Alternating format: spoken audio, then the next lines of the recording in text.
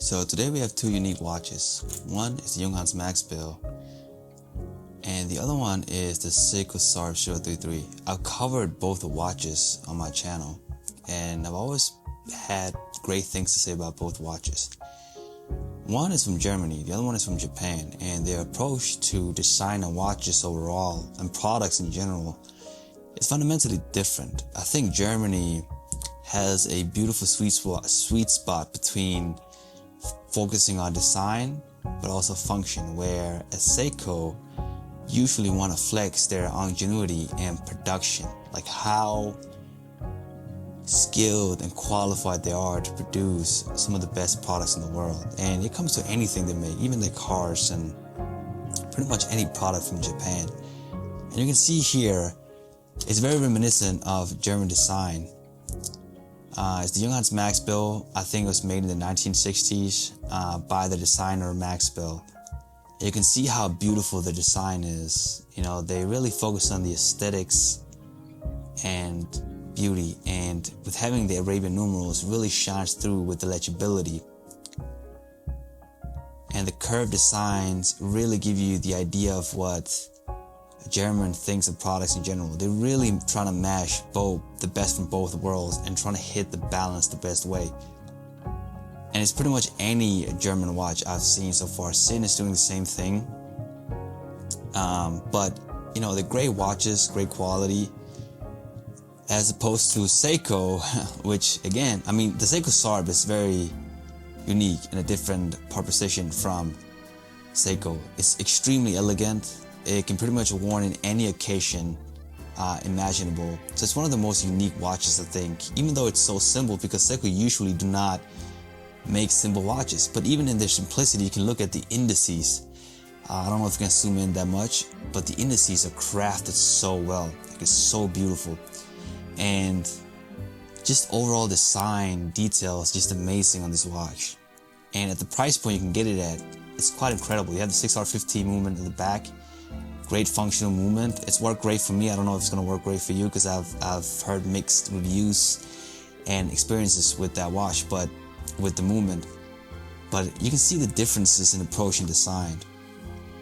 Both, I would say, is premium in a sense. The Max Bill was definitely creeping up in price. The Sarb could still be attained for a decent price to showcase the different design approaches, because these are rarely seen in the same category. They're so different, but still trying to produce a unique proposition in the world of watches that is so dominated by the Swiss marketplace.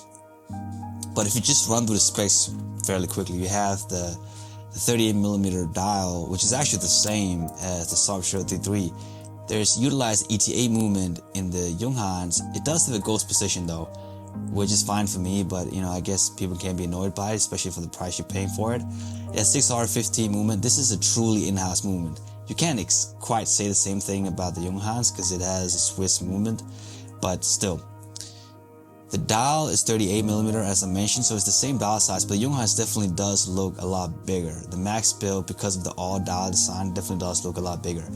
I would say in terms of ruggedness, the Sarb definitely wins. It has 100 meters of water resistance, Sapphire on top, and the Junghans has a plexiglass, as you can see here, a highly done plexiglass. You can't get it fitted with a Sapphire, but it will run you another 250 euros or dollars, I think.